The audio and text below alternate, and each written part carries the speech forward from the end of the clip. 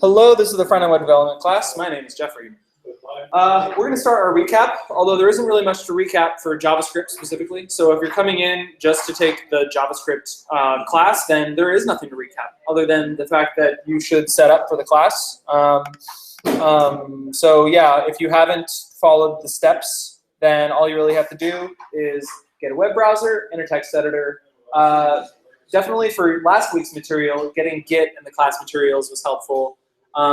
You might as well get them. I'll continue to keep them updated throughout the class, and be able to run this command, especially if you've installed Git at this point, and you'll have a copy of all the class materials. And then later on, after you've already cloned, you can git pull to update your copy to the latest version. So that's a little talk. Well, it's mostly talking about last week's stuff because we did talk about Git last week. But yeah, just make sure that you've got a text editor. Please don't use the one that's built in to your computer. So that's why I'm saying that you should download a good one and not use a bad one. Other than that, that's about it. I don't expect to talk about CSS or HTML at all for the next 2 weeks. I am basically going to be talking about just JavaScript, maybe with a single line of HTML that allows you to run JavaScript in your browser. But other than that, it's just going to be JavaScript for the next 2 weeks. We're not going to be talking about how to change a page around using it. We're not going to talk about inserting stuff, reading stuff on the page, making the page interactive using JavaScript. That's not going to happen for 2 more weeks. The next 2 weeks of classes are just about the base language, and it's a very good approach for those who have no programming experience at all. If you have not programmed in a single language in the past, then this is the class for you, because we're going to be talking about really basic things like variables and functions and iterators and conditionals and stuff that applies across all programming languages for the most part. Yeah, so there's that. Anyway, what I can talk about last week, and especially answer questions if anyone has any specific questions, is we did talk about Git last week.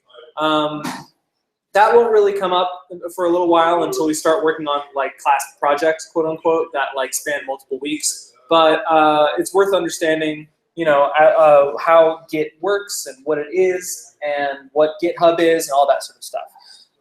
But before I start with that, does anyone have any general questions, any things they want to know before I just blab for a while? Yeah. This is my first time. This is the best case for you. Yeah. Most definitely, yeah. This isn't the first week of this series, but this class specifically does not require any prerequisite knowledge of anything I've told so far. For the most, yeah. So all you really have to know how to do is open up your text editor and save files in a certain place. So learn how to do that, and you're good. Yeah, and what I'm about to recap does not affect this class either. So it's really just like, come here, I'll talk about Git or any other stuff you want to hear about for half an hour. So last week we did talk about version control. The idea of version control is that you're working on a project. You're working on some sort of code, application, a website, server, architecture, whatever, some sort of project. And you want to keep track of the changes to your project. Why do you want to do that? If you don't keep track of your changes, then it's going to be very, very hard for you to find what changes you made when.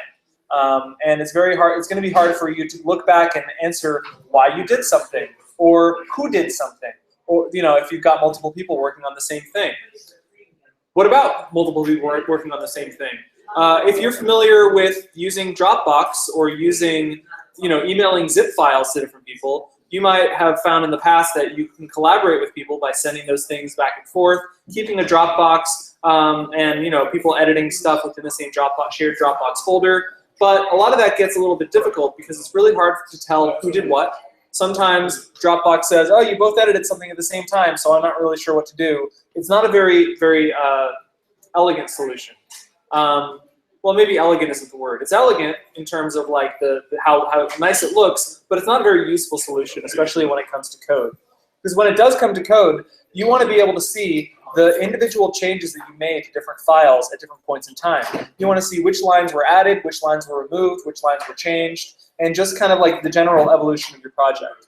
if you still don't really understand why that's necessary, you will once you start creating a project. For instance, you'll want to roll back and undo the last few hours worth of changes that you did because you went about it the wrong way, or you were just messing around and oh crap, I just accidentally deleted something, or I changed something around and I saved and I can't undo. What am I going to do? So keeping track of your stuff, version control, is a very is the way of being able to be in control of your code fourth dimensionally, that is to say on a time basis. So what I talked about last week was we put together this Git repository, which we uploaded to GitHub, called Shakespeare 10. So let me tell you specifically what we're looking at here. github.com/jeffreyhw/Shakespeare10. What is GitHub? GitHub is a place where you can upload your projects that you're working on with Git. Your projects you are working on using Git are otherwise known as Git repositories. It's a place where you can commit all of your code, where you can say all the changes that you've made to all the files in your project are being saved and committed into a new revision, essentially, of your code, a new version. GitHub is simply a place where you can upload your entire project and all of its past versions and see it in a nice interface. It's also a place where everyone else can see it. So GitHub is a great milestone of open source. Essentially, the idea of open source is you are showing the source code for your project to everybody else in the world, and they can take a look at it, and they can even contribute if you let them do that. So what I have here is the complete works of William Shakespeare. Not really. I've got Romeo, which is just this, and I've got Hamlet, which is just this. And it looks funny. It's not the actual Hamlet stuff. It says Hamlet instead. This king guy says I'm a ghost. But the cool thing about these two files, if I click on romeo.txt and take a look at it, for one thing, you'll see it's just text. You don't need to write code necessarily to use Git. You can just write text. If it's code, if it's your manuscript, if it's a README file, if it's documentation, whatever it is, you can keep track of it using Git and upload it to GitHub. If you click on history over here, we'll see that there are 2 commits to this file. That is to say, 2 revisions of this file. A revision from 7 days ago and another revision from 7 days ago.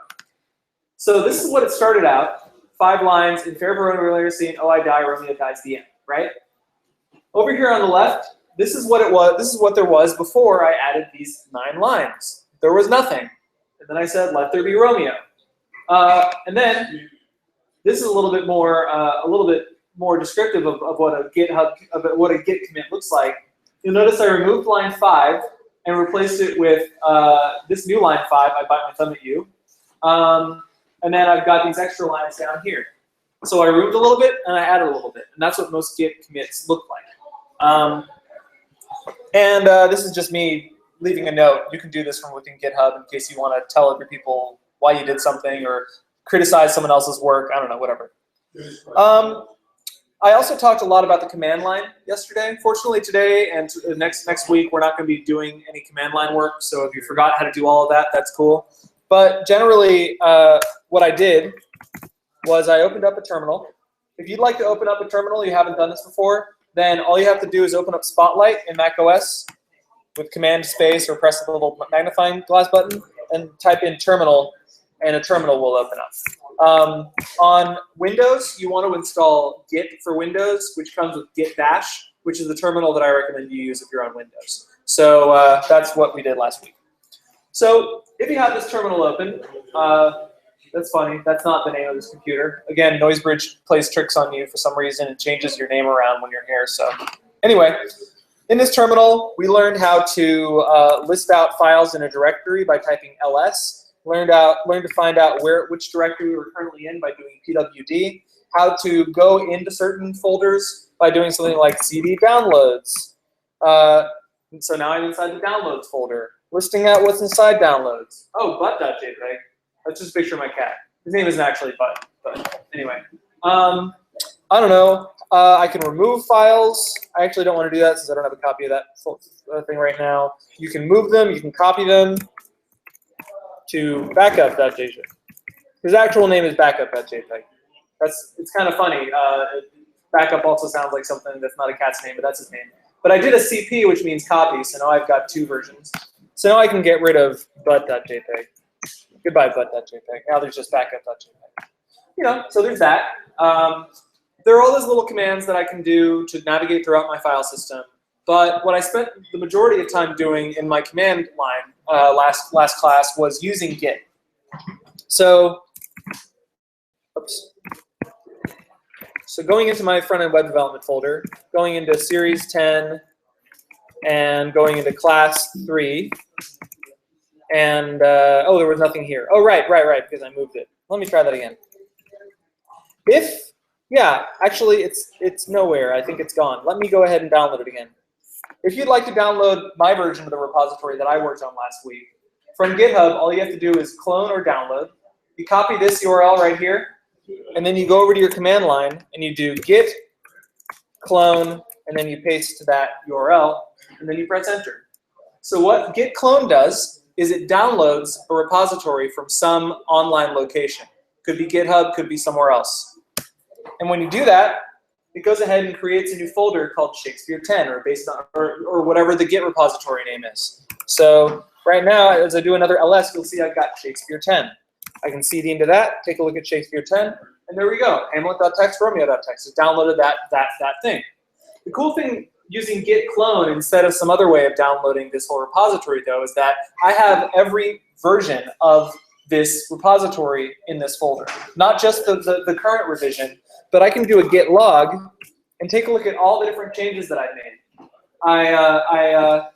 What did I do? All the way down to the bottom. I added Romeo and Juliet, introduced Juliet, added Hamlet, added a soliloquy, changed Hamlet's name to Hamlet. Hamlet finds skulls gross, and then I fixed a merge conflict. Merge conflicts, well, let's talk about branches first. Last week, when I created Hamlet, I did it in a different branch than Romeo. When you're working on a repository, you can do something cool where you can switch into an entirely different dimension, essentially, where all the changes you've made on one branch don't necessarily show up in the other branch. Think of a branch as really like a branch of a tree. As the tree grows, it keeps getting taller and taller. And you can think of every time the tree gets taller as a new commit. You're basically piling on a new commit, a new set of different changes to your files. But at certain points, you can branch off. And that branch can also have commits of its own, and that can grow as well. So all the commits that happen on the main branch are now not necessarily happening on this other branch, right? So now you've got essentially 2 versions of the repository. One where we're making changes to Romeo, one where we're making changes to Hamlet. And eventually what we did was we merged the 2 branches, so we both had Romeo and Hamlet in the same folder. And so by merging those 2 branches, we had both of them. But there was then a time at which I made a change to Romeo in one branch and made a change to Romeo in another branch, and then there was a conflict because two different things were happening to the same line on the same file, and I had to make a decision about which lines to save or which lines to merge together manually. So that was when I did that merge conflict up at the top there. So I know I'm kind of blazing through this because, again, this was last week's material. But you know, when I was all done with all of this, when I was all done making these changes locally on my computer, remember, working on a Git repository, doing Git commits, doing all these sorts of things, and it's entirely offline. I could disconnect myself from the internet, and I could keep doing this. This is a local, just computer thing that I'm doing. But there is a command called git push, where after I've done a whole bunch of commits, I can push my changes to a certain location online that I've set as the upstream. The upstream is essentially just the same repository that I have locally hosted on some other computer. For example, hosted on GitHub. So this upstream, which I'll refer to as the origin upstream, is where I push all my changes whenever I want to make those changes. And so GitHub will not immediately display all of the changes, all the commits that I've done locally, because I need to synchronize them or push them up to GitHub for it to know about all the new stuff. And then there's pushing, and then there's also pulling. Like in case someone else was working on this and I needed to get the latest version, I would do a git pull. So pull is download, push is upload. Those are just really the terminology there. And it just kind of keeps the upstream branch and my local branch, or my local repository, in sync with one another. There's this little tab here called pull requests. And here's some people who sent me some pull requests since last week. So what's a pull request? Again, pull means download, right? But what this actually really means is that these people have gone ahead and made a copy of my repository. What they did was they pressed this fork button. You see how there's a little 4 there? 4 people have forked this repository. A fork is a GitHub term that is not a Git term, but it's a GitHub term that basically means I'm going to make a complete carbon copy of this repository that I can make changes to. By me, I mean you. I mean anybody who makes a fork can make changes to their fork. They're essentially just making their own little version of the thing where they can just play around, have fun. So it's their own sandbox. But what you can do is if you make changes that you feel are useful to the original owner of the repository, you can send them a pull request. And that pull request looks like something like this. I'm only slightly lost. Great. But you can see here that she made some changes. She added Macbeth and made some changes to Romeo. And here are all the changes that I can see. And if I like it, I can press the merge pull request button, and all of her commits will now show up in my repository. So like, if I click on this 7 commits message here, you'll see there's me. But there could be other people who have made contributions by forking my repository and then requesting for me to pull in their changes. Today I made a pull request to an open source library, Redux UI. So as you can see here, this is a fork of a library called TonyHB/Redux UI, which is something that I'm using at work right now. But I wanted to make a change to it. So what I did was I sent a pull request. I said, allow any version of React 15 to be used with Redux UI. And so I said, here are the changes that need to be made. As you can see, I added a little bit to some of these lines here. And I don't have the ability to push it, but as you can see, it checks to see if what I wrote worked out, if all the tests passed. There are some automated tests that automatically run to make sure that the code that I've written is good. And then the owner of this repository, TonyHB, can come over here and press the merge button and accept my changes. This project here, you'll see that these commits come from a lot of different places. There's a lot of this Tony face here, but there are sometimes some other people. This guy Dave, and this guy JD Step, and River Tam. That's a Firefly reference. So, there are a lot of people who can contribute to one repository, either by asking for ownership of the repository, or much more often simply just forking it and contributing changes. And this is kind of like the open source ecosystem, where an open source project can be helped by anyone, can be improved by anyone. When I'm making a choice about which kind of open source software to use, oftentimes I take a look at these 2 numbers right here, stars and forks. Stars are people who like the repository and are looking to keep track of it. Forks are people who have made copies of it in order to make their own changes and possibly contribute them back to the original repository. The more stars and forks that I see, or the more people watching a repository, the more that I know that it's useful, oftentimes well-written software, and it has more eyes on it. The more eyes on it, the more likely it doesn't have terrible bugs. So, I'm not saying that really, really popular software is necessarily really, really good software, but really, really popular open software probably has a lot of people trying their best to improve it, and probably has a good ecosystem around it where they accept contributions from a lot of different people. One example of this is, oh, that's not it, Angular.js, is that it? Nope. There we go. Angular. Angular is a JavaScript library that we'll be talking about probably a month or 2 from now. And as you can see, it's got 1445 stars. 14,445 stars. 3,000, almost 4,000 forks, and a lot of people watching it as well. It has a lot of issues. These are people who have filed bugs or saying, oh, there's some problems, there are things that are going wrong. And currently 35 open pull requests and 4,056 pull requests that have been closed. So a lot of people, this person just opened one 39 minutes ago, a lot of people saying like, oh, let's make some changes to it, allow arrays as parents, here are all the changes they made, and someone can go through this and say like, oh yeah, looks good, but something hasn't completed yet. This build is in progress, and so we've got some robots that are taking a look at the code and make sure it's good. And then the team behind Angular, which is Google, can take a look at this and say like, yep, looks good. Let's pull it in. Thanks for being a contributor. You are now engraved in the history of Angular.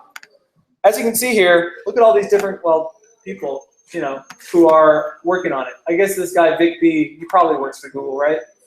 Let's see, who's he? Yep, works for Google. So that's probably why we see a lot of him, because it's probably his full-time job to make those changes. But there are a lot of other contributors who are probably working for somewhere else and are using Angular and want it to be better, and so they are making those changes. So what everybody is doing is just cloning from there, pulling down all the code, making changes, committing, pushing up to their, well, I'm sorry, they're not cloning, they're forking, and then they're cloning their fork, making those changes, pushing them back up, and contributing them. So that's kind of the way that the open source ecosystem works. Cool. Any questions online so far?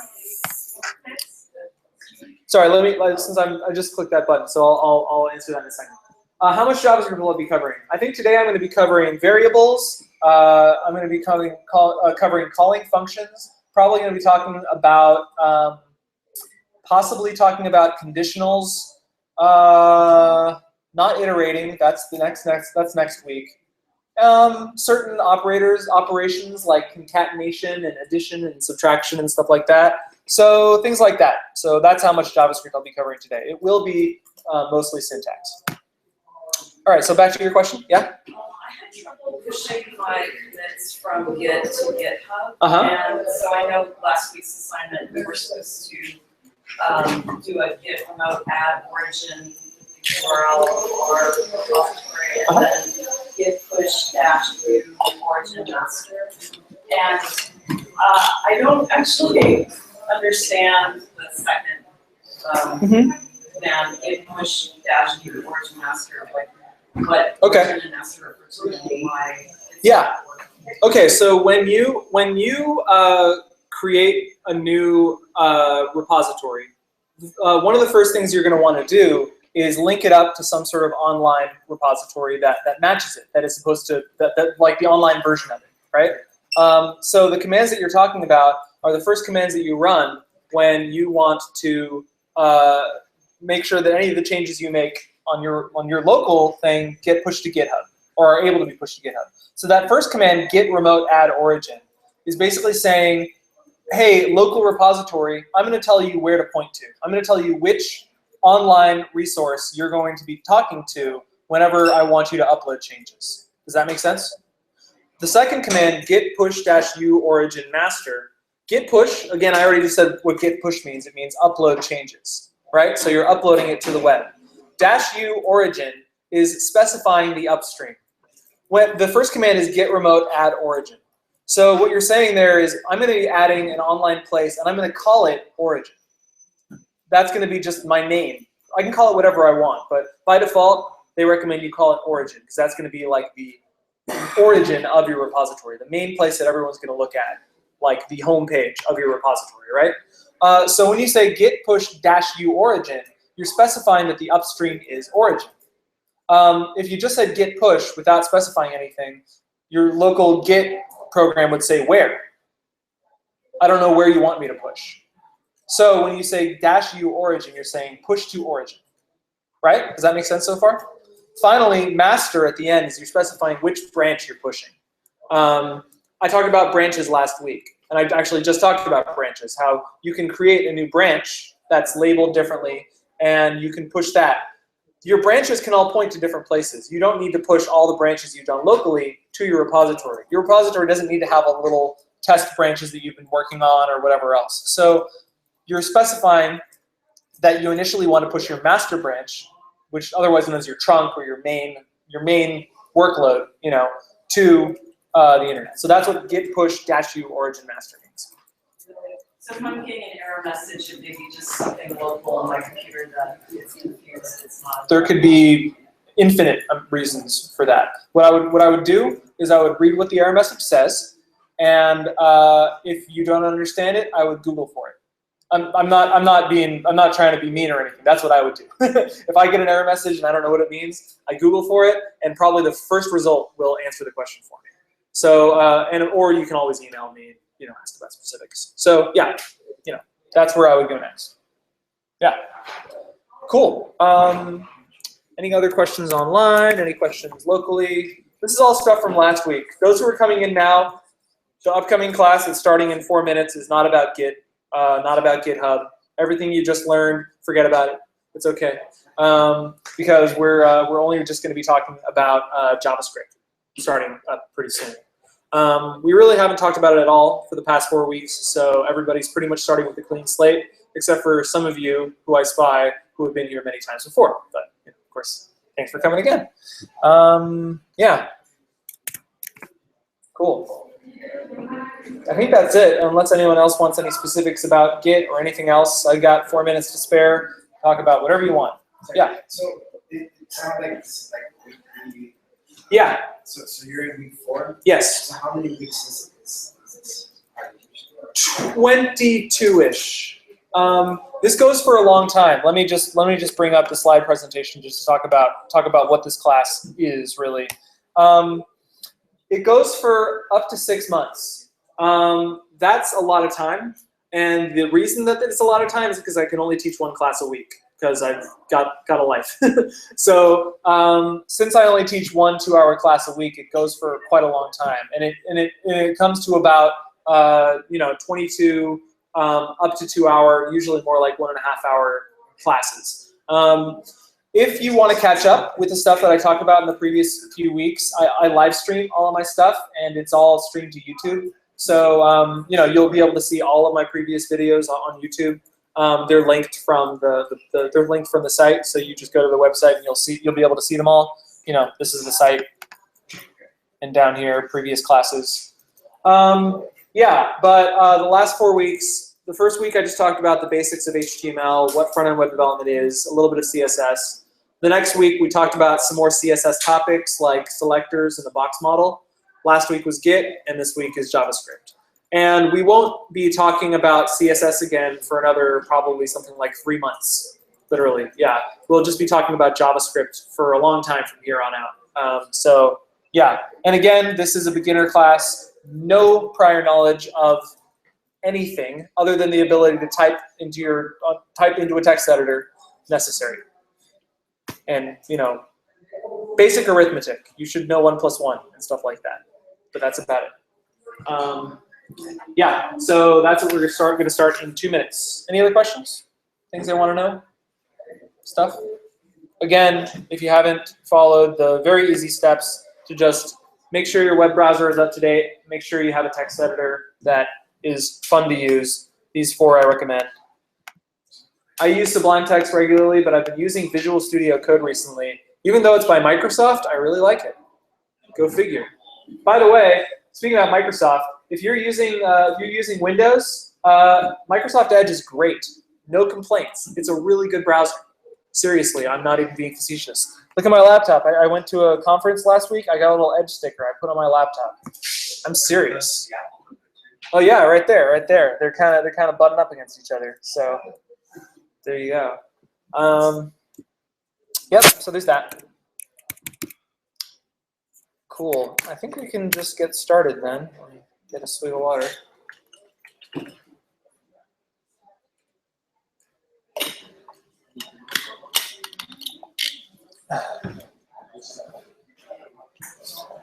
Cool. Okay, it's 8. Hi, this is the front-end web development class. My name is Jeffrey. Thanks for coming. Let's talk about JavaScript. So we have seen this screen before, but for those who haven't, these are the 3 languages that we talk about in this class. HTML is the structure, CSS is presentation, But if you want an interactive web page, if you want a web application, you want something that responds to you in a whole bunch of different ways, has logic, has the ability to take you through a whole bunch of different complicated flows and interactions and other sorts of things like that, you want JavaScript. JavaScript is the only language that runs in the only programming language that runs in web browsers. So that's it. You can't run Python within a web browser. You can't run Ruby. You can't run C++. You can't run Java. You can only run JavaScript. On that note, I should say that I always forget to talk about this because I'm so entrenched in the web development world. Java, JavaScript, no relation.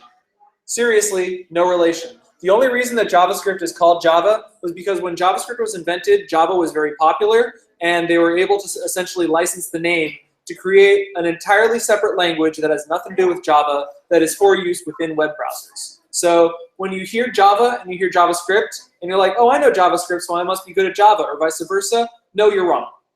So no relation. It's a very weird name. A lot of people nowadays refer to JavaScript as something called ECMAScript. It's an entirely different standards language that JavaScript is based off of.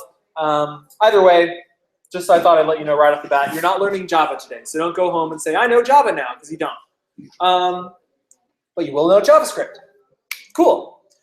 So JavaScript was invented to provide interactivity in web pages. When the web was first invented, there was just HTML. And HTML, allowed you to write out a lot of cool documents and link to other documents on the web and have lists of things, have news articles, have blogs, stuff like that. Well, JavaScript probably came around before blogs did. Anyway, but people wanted more interactivity. People started using the web like an actual application, like an executable file on their computer, and they wanted more interaction. And so in came JavaScript, where you were able to do a lot of stuff on your page without actually leaving that page. The page that you're on would make a lot of changes and react to whatever you're doing and do a whole bunch of cool stuff without you having to navigate anywhere else. Nowadays, JavaScript is so popular that people make websites that don't even need to talk to any backend. They just download, and all of the logic, all of the behavior, the entire website is contained on a single web page because it's just a big JavaScript file that does everything. We will be talking about those really big libraries that make single-page application JavaScript possible later on in the class, but we have to start with the really big basics, real basics. So before we can even interact with web pages, before we can do any of that, we just have to learn the language. And before we do that, we have to learn essentially programming, what programming is, right? So here, I showed this last week, and it's even more relevant this week. Here's programming. So follow along, because this should be really easy stuff for you. No, I'm kidding. That is some programming. That was some weird C stuff, and that's a website called Hacker Typer that makes it look like you're really smart. But the idea of programming is that you're writing a whole bunch of commands. You're writing command after command, which is telling the computer to do something. That's essentially programming. You're just saying one line after another, do this thing. Do some math, store some data, send some data somewhere else, pop something up, print something out. Really basic stuff, but it all comes together for you to be able to make very, very powerful, big things. So I'm going to go ahead and start to write out some JavaScript. And what's going to help me out, and I actually did talk about this in a previous class, it's the developer tools. If you do have your web browser, I'd like you to open it up now, because we're going to start using the developer tools to write some JavaScript. So to open up your developer tools, in Chrome, you go to View, Developer, Developer Tools, or JavaScript Console. That's another good way to go, good place to go. Or you can right-click anywhere on the page, menu-click, whatever, and click Inspect. And then you can go over to the Console tab, and we can start writing some code. So it doesn't matter what page you're on, any page at all. It does not matter. Just go ahead and open the developer tools. It can be your blank main page, your home page, whatever. But open up the console, and you should see some stuff. Depending on the page that you're on, like if you're on Facebook and you open up your console, you might see some stuff printed here anyway. Like if I go to Facebook and I open up my developer tools, I'm going to see this big thing saying, "Stop! This is a browser feature intended for developers." This is Facebook trying to make sure that that you're not giving your data away to people who are trying to phish you. A lot of people share memes on Facebook because they're not very perceptive about, hey, if you want to do something cool, open up the developer tools and type in something and then share the results with me. Like, that is called stealing your information, right? So that is why there's this big message that shows up on Facebook that tells you not to use the developer tools. But we're going to use them anyway because we're developers now. So let's continue on. Okay, let's write our first line of JavaScript. 1, and then press enter. Okay, yay, we did it. We just typed 1, and we got 1 in return. So look at these little icons here. There's a little arrow pointing to the right, and arrow pointing to the left. With programming, you're sending commands to your computer. But with most commands, your computer gives you back a little response. So this is input, and that's output. So from here on, essentially, every command that we write is going to result in some sort of output from the computer. And later on, we'll learn how to use that output. But for right now, we just have 1. So that's not very exciting. 2, 3, 4. Great, fine. But let's do 1 plus 1. 2. Okay. So we've got a calculator. This is pretty much a full functioning calculator, right? So you can do some mathematics here, and you'll get a result. That's neat. Okay. You can do 1 minus 1. You can do 1 divided by 1 using a slash. You can do 1 times 1. Let's do 1. Let's do 2 times 2. That's an asterisk. That means multiply. Cool. So basic arithmetic: plus, minus, divide, subtract. Cool. Sorry. Add, subtract, divide, multiply. Whatever. Cool. So that's simple enough. Of course, you can also do some more advanced math. You can do like 2 times, 5 minus 2. Sorry, oops, 2 times 5 minus 2 minus 100 divided by 50. Okay, is negative 1.88. All right. So as you can see, I can use some parentheses to group my stuff together. This should be familiar to you if you know the order of operations. Basic arithmetic, basic algebra, not even algebra yet, but the idea where you can just group some statements.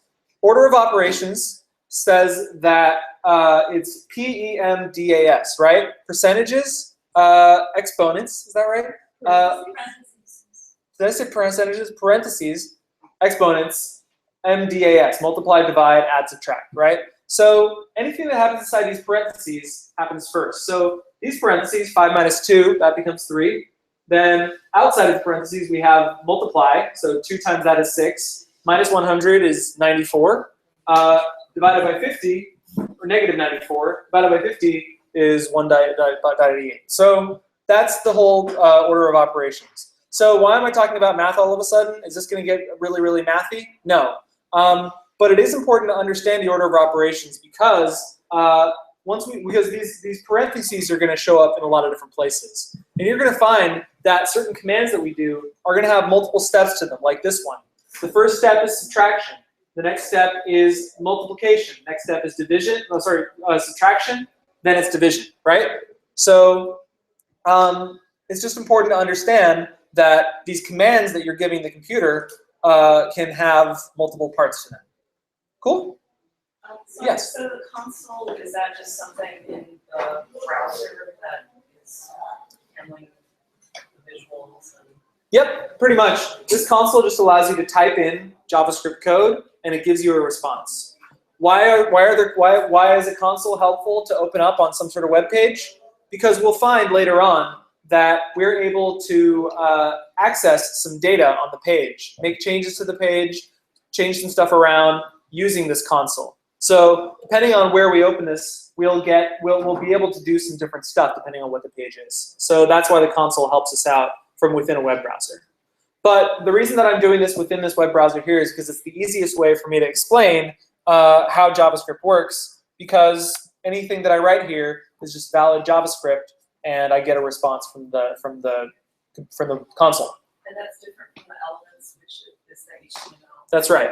Yeah, with HTML, I've written out HTML and CSS in previous classes. The HTML is really just me saying, put these elements on the page. It's not a full-on programming language. It's more of a markup language. That's what it stands for, Hypertext Markup Language, HTML.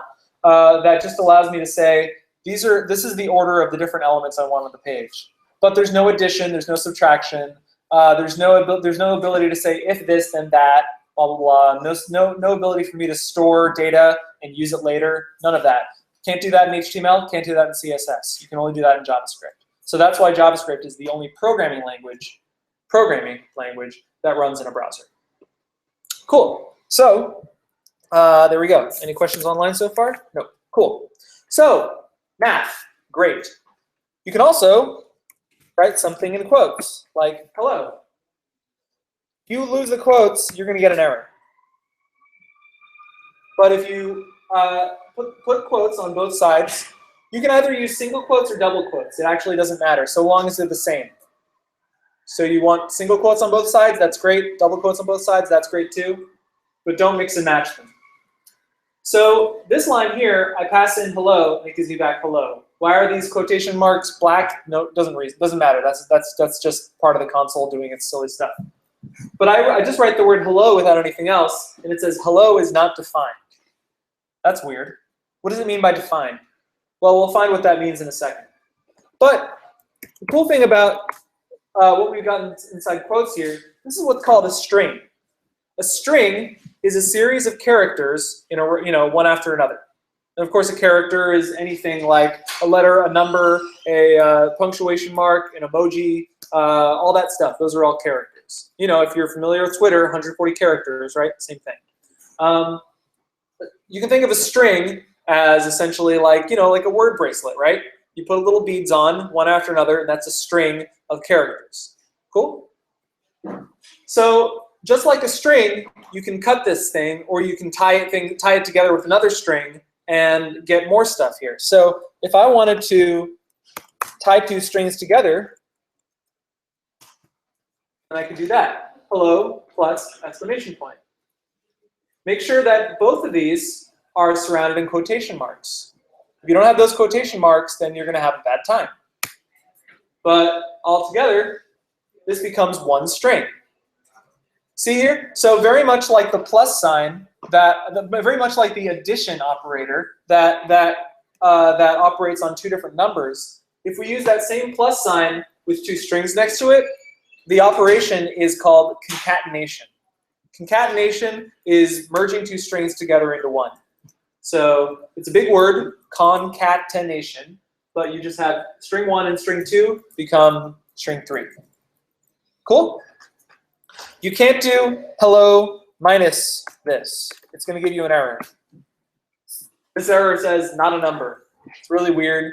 It's trying to turn these things into numbers and subtract them. You can't do that. Same thing with hello times exclamation point. Not going to work. Or divide. This NaN is some weird value that basically means whatever you got, it's not a number, so you did something wrong, right? Yeah, but as you can see, the plus operator can be used for either addition or for concatenation, depending on whether it's numbers or whether it's strings. What happens if we mix and match them? Do you think this will work? Yes. I think it'll work. What it did was it did concatenation. What it did here was it took this 3 here and said, well, 3 is a number, and I usually try to add numbers. But on the other side of the plus sign, there's a string. So the only way that I can really get these two things to work with each other is to coerce this value from a number into a string, essentially implicitly put quotes around it, and use concatenation to merge these things together into a single string. Following me so far? Does that make sense? But it worked. It did work, yeah. I understand why it didn't work because the numbers are different. I mean, to me, it's different between numbers and letters, so it automatically worked. Like it didn't work with the other example you used. It didn't work because you had to have far as the punctuation, it didn't work. But the number, it worked. That's right. Yep. Yeah. Okay. So, what I mean is the numbers is like the only exception to that rule, as far as quotation marks. Is that like the only like case? Is there another case like that? oh, so you're asking about if there are other values that don't need quotation marks? Yeah, for concatenation. For concatenation? Yes. I'll answer that question. There is another thing that you can use with the plus sign that doesn't have to be in quotes. So, before I'll tell you about that, I want to tell you guys about being able to store values for later. So far, we've got some cool stuff and everything. We've got some stuff that doesn't work. We've got concatenation. We have math. We have those sorts of things, operations. But sometimes we want to hold on to a value so we can use it later. So I'm going to introduce the concept of variables. Variables are just names that you can assign values. So let me give you an example. Var x equals 1.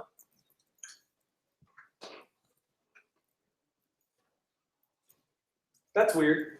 I got this undefined thing in return, but we'll talk about that in a second. Well, this command here is a little different than what you've seen. It's the first time you've seen an equals sign. And this equals sign doesn't really necessarily mean equals. What it means is assignment. So let's talk about what this means. We're saying var x, then equals sign, and then 1. After we run this command, after we run var x equals sign 1, then from now on, whenever we just type x, we're going to get 1 in return.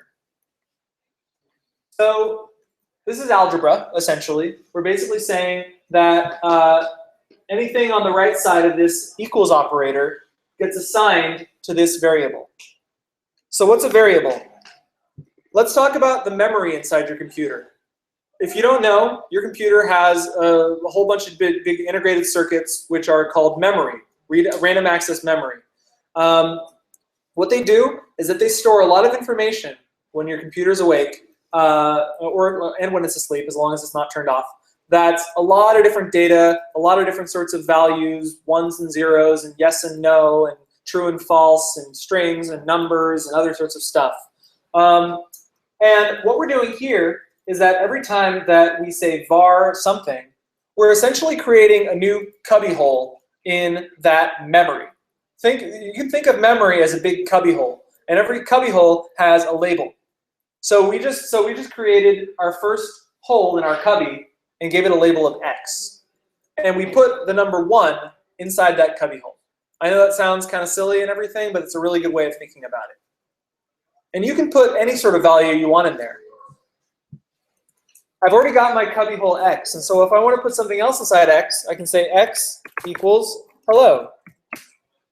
So now if I say x again, it's hello. If you're familiar with other programming languages, you should know that JavaScript is not a typed language, or it's a weakly typed language, which basically means that when you create a variable, you're not constrained to assigning a specific kind of data, a specific type of data inside it. X can contain a number, it can contain a string, it can contain a whole bunch of different kinds of data which we haven't talked about yet. But you can also reassign it. If you put a 1 inside the X cubby, you can put something else inside the X cubby. So another thing you should know is that your variables don't have to have a single letter name. So if you want to say something like var my name, you can totally do that. Var my name equals Jeffrey Carl Faden. Notice that this string has spaces in it. Those spaces are completely fine. Spaces are characters. If you're familiar with Twitter, you know spaces are characters, right? So you got these quotation marks and you got those spaces in there. That whole thing is one string, and it's being assigned to this new variable called my name. So every time that we want to create a new variable, a new hole in our cubby, that we want to label it something, we need to use var, which essentially creates that little piece of data in our memory, gives it a name, and then assigns a value to it. Yes? The spaces, I've seen people use the underscore between the spaces. What does that do? The underscores are just different characters. You can use those instead of spaces. There are some cases in which you can't use spaces, so people use underscores instead. There's a lot of different reasons.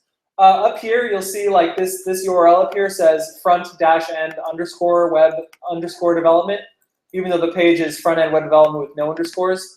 That's because the wiki software behind this this website doesn't like having spaces in the URL, so it turns them into underscores. But in the case of JavaScript, you can use spaces inside strings, but you can't use spaces in your variable names. So if you try to do something like var my real name,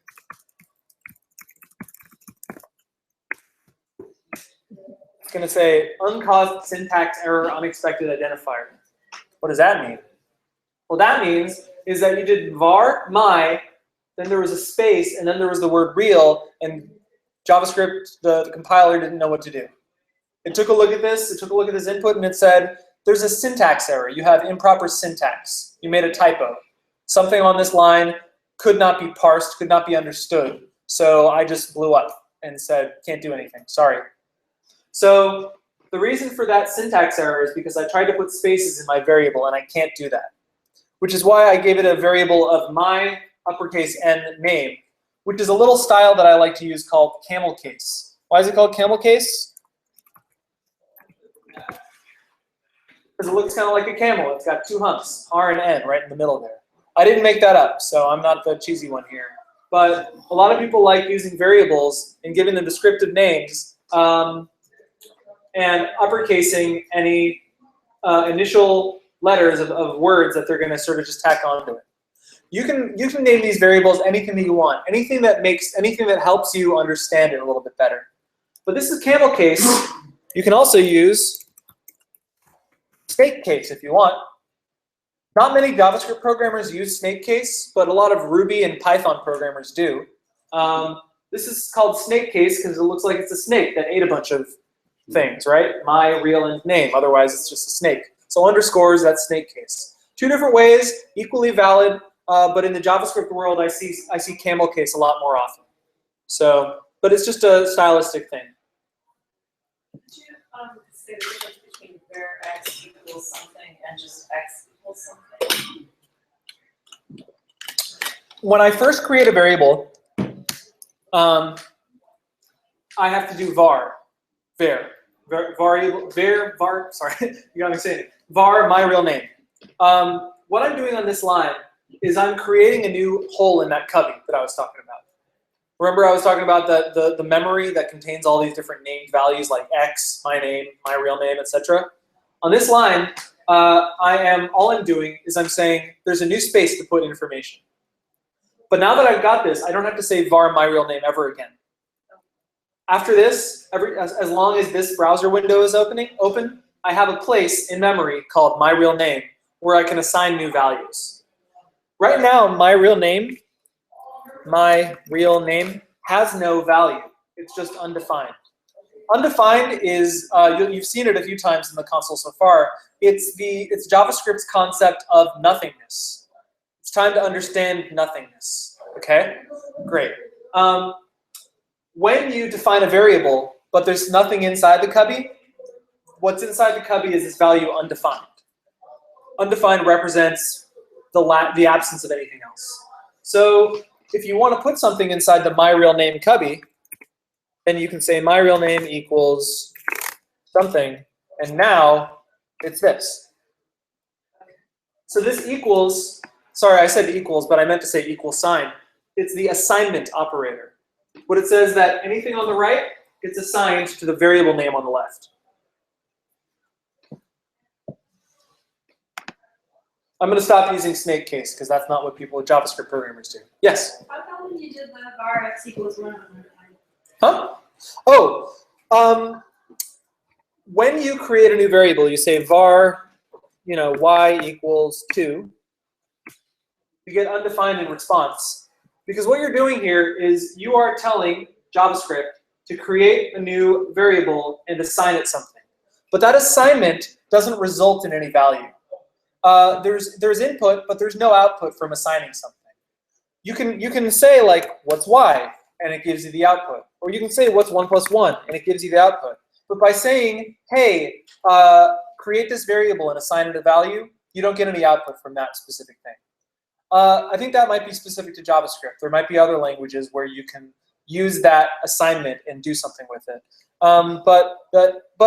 Actually, I'm sorry, assignment results in an output, but declaration, that is to say the creation of a new variable, that's variable declaration, results in no output. That's just how JavaScript works. So that's why you get undefined in response. You get no response in response. Okay? No questions online. Cool. Any confusion so far? No, go ahead, please. Yeah. I understood all of it except the snake casing, Yeah. Yeah. So just one more time, what is it actually for? Like, I know it's to create space, but what is the result of that space? The result. Oh, when I tried doing var my real name and so and so. No, I get. Like, there Yeah. can't be a space, but why do we need the space in the first place? Why do you need the space in the first place? You don't. Oh, You can call it whatever you want. You can say var my real name. You know, you can say var. You know, you can call it. You know, do whatever you want. There's Like, no purpose of it. It's just to show that. whatever you want to call it. It's up to you. Okay, var is a variable, right? Var is a command to create a new variable. Yes. Oh, but you can make your own variable. You can create your own variables using the var command. Yes. Cool. Any other questions? That's my name in katakana or Romaji. All right. Anyway, cool. So what else can we talk about? We talked about variables. So you had a question earlier about can you use the plus operator with anything else? Now remember how I've got x, I've got y. Y is 3. So I can say like 1 plus y. And what do you think I'll get? 1y? You think I'll get that? Nope. I'll get 4 because y is 3. What about x? What if I do 1 plus x? What do you think I'll get? Why do you think 2? But I just said that x is hello, right? 1x? Well, I'll get 1 hello. The reason I'll get 1 hello is because if there's a string on either side of this plus sign, then plus becomes concatenation. So right here, I just said that x is hello, this string. And so when I do 1 plus x, it's taking the value of x, and it's turning it into whatever that value is. It's taking it, and it's just going to apply it to that, and it's going to get 1 hello. So this is the thing about variables. Wherever you see a variable, you should think of it as being replaced with whatever the value is. So if I've got, you know, y is 3, x is hello. If I do x plus y, I'm going to get hello 3, right? Let me zoom out a little bit so I can see all those lines in one fell swoop. There we go, that's better. Y is 3, x is hello, x plus y is hello 3. Just in your mind, or you know, pretend, make believe that x is actually hello, and make believe that y is actually 3, right? Because that's what variables are. Variables simply represent values that we've stored earlier, and every time we use them, we're just referring to the values in those cubby holes that I was talking about, right? So when you do x plus y, you get this plus that, which is hello 3, because if you have a string on either side, which you do, you get that. So what about z? What if I do var z equals 100? Now if I do z plus y, z and y, isn't that a restaurant on Jackson Street? Anyway, z and y restaurant, then you've got 103, right? Because z is 100, y is 3, z plus y is 103. Does that make sense? Okay, great. So, going back to the order of operations, we talked about PEMDAS, right? Parentheses first, then everything else, you know, exponent, multiply, divide, add, subtract, right? But at the very, very end, after subtract, is assignment. So right here on this line, I'm doing assignment. But what if I have a line like var sum equals z plus y? Will sum equal z? Will sum equal y? Or will sum equal the result of z plus y?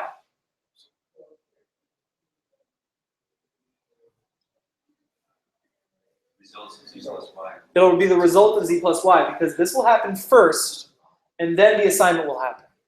So on a single line, I can do a lot of stuff. I can even do z plus y minus z divided by y times y, whatever. You know, I can do all that. But all this is going to happen before I assign it to sum. So what's sum? Oh, it's 3, because that's z plus y minus z divided by y times y, it seems. Cool, right? Does that make sense? See how we're doing all this, we're doing all these operations, and then finally we're assigning them something. So that's something you should know about. Okay? But yeah, so we've got a lot of variables now. We've got x, y, z, sum, my name, you know, that sort of stuff. You could say, you know, my name plus is z years old. So this line is a little difficult to read. Take some time to study this line. My name is Jeffrey. Z is 100. So do you think that there's going to be any addition on this line, or is there only going to be concatenation? Remember, addition is operating on numbers. Concatenation is operating on strings. If there's a string on either side of a plus sign, it's going to be concatenation. So what you should also see about these strings is that this string here starts here and ends there. Starts right there and ends right there. There's spaces on either side. There's also a space right here. So, and there's also a lot of pluses. This plus that plus this plus that. Those pluses, plus signs, do not mean add. They mean concatenate, right? So altogether, what is it going to say?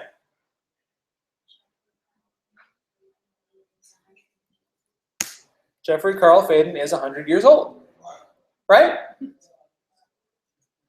It's a little bit better once I actually press enter, because it actually highlights things in red that are strings. You'll see that I've got two strings, is, and I've got years old.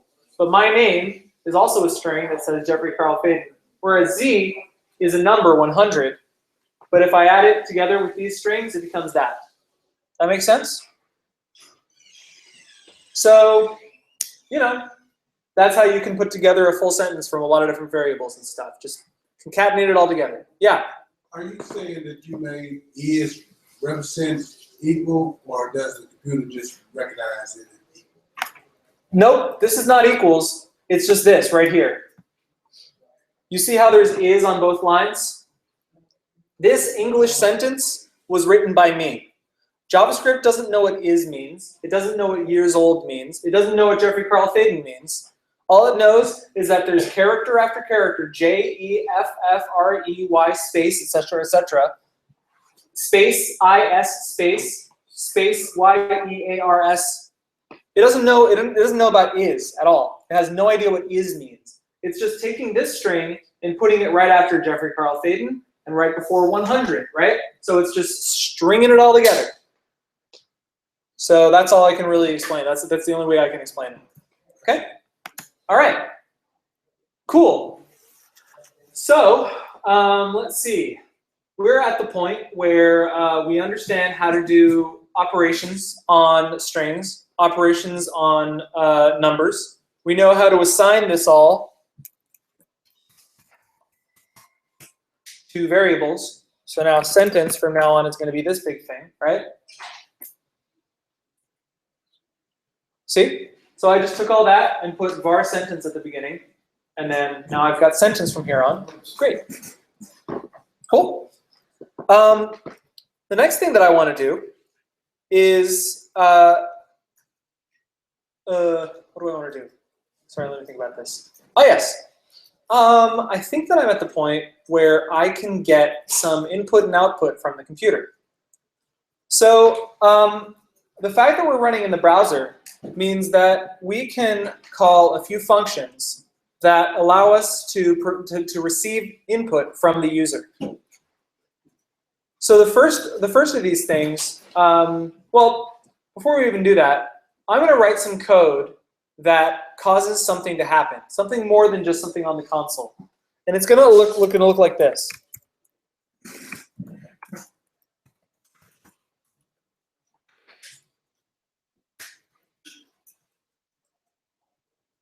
Check it out. I use the word alert. I got a parenthesis. I've got the string hello world, got an end parenthesis. And when I pressed enter, a dialog box popped up. It's right there. I can press OK, right?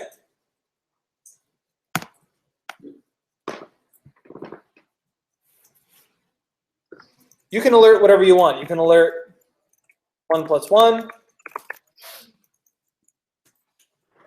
Do you think this is going to show 1 + 1 in the dialog box, or do you think it's going to show 2? Nope, it's going to show 2. It's going to show 2 because order of operations, stuff that happens inside the parentheses first, and then whatever's outside the parentheses. So I did operations on 1 + 1, and then I passed the value of that, which is 2, into the alert, right? So any sort of mathematical operation, stuff like that, that happens first, then alert. So what is alert? Where did the word alert come from? I didn't create var alert equals so-and-so. I didn't do that at all. Is alert some sort of special thing in JavaScript? Actually, no. JavaScript doesn't have any built-in command or whatever called alert, but the browser does. The fact that I'm working within the browser means that I have access to a special kind of command called alert. This command is otherwise known as a function.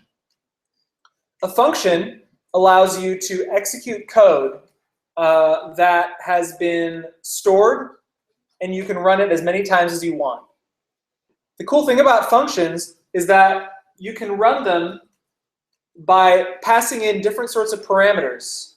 And based on the parameters you pass into them, they will do different things. So as you can see here, whatever I pass inside these parentheses, inside alert, hello world, or 1 + 1, I get the result of that in a dialog box up there. By the way, if you want to run a command a second time in your console, you just press up. You can just go through the previous commands you've done, up and down. So as you can see, that just pops up the result. Will this work? Alert sentence.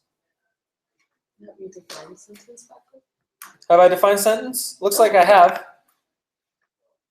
So do you think that passing in this variable into alert will do what I want? Let's find out. Yep, it did what I want. So any JavaScript is valid within these parentheses. You can do anything you want inside of here. You can do arithmetic. You can refer to a variable. You can perform arithmetic on variables. There's 103, right? You can do anything you want inside these parentheses, but once it's all done, the result, the resolved value, gets passed in as a parameter to this function, and this function takes that value and does something with it. And in this case, the alert function pops up a dialog box with the value you passed in. Cool? So now you know how to annoy your users. You can say,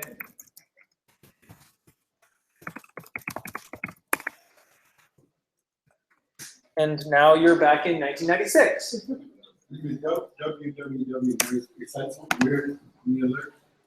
Oh, that's just basically trying to tell you what page specifically popped that up. It's for your own safety. It's in case you see something that you didn't expect, you might go, oh, I'm not on this. Is there some sort of hidden browser window in the background that's popping this stuff up? Where is this coming from? So it'll give you a better idea of where this message came from. So even from like some advertisements can pop these things up. And advertisements are actually little web pages inside other web pages. And so you might see a URL from some ad thing saying, wait, don't leave, you know, like that. So you'll be able to at least tell what URL, what website popped that up and where that's coming from. Of course, this didn't actually come from noisebridge.net. This came from my console. But the fact that it happened on the page that is currently loaded, which is coming from noisebridge.net, that's why it popped up in the dialog box. Okay, so let's see here. No questions? Good. So this is our first function. Our first function call, where we can refer to something that has been defined earlier as a function that takes data and does something with it. Now, the next thing I want to do is show you a very similar function called confirm.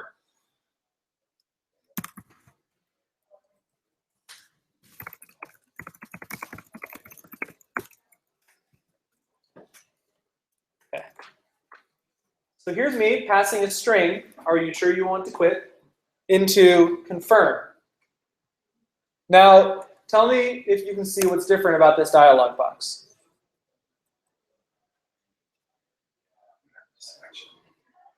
There's a cancel and an OK.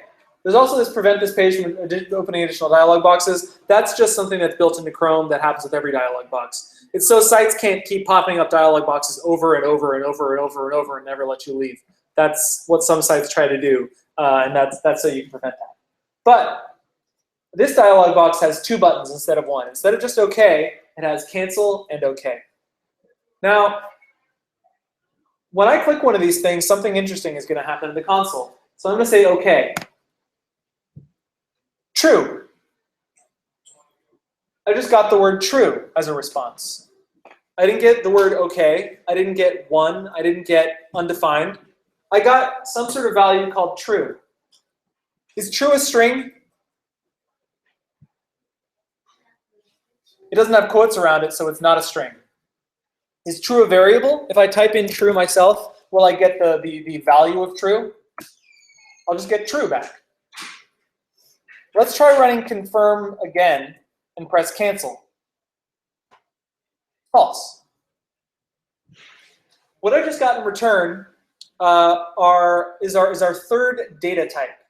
We talked about numbers, we talked about strings, but there's also a data type called Boolean. True and false are Booleans. Boolean is just a special term that just means true or false. Truth or falsehood. There are only two values, only two Boolean values, true and false, and here they are right here.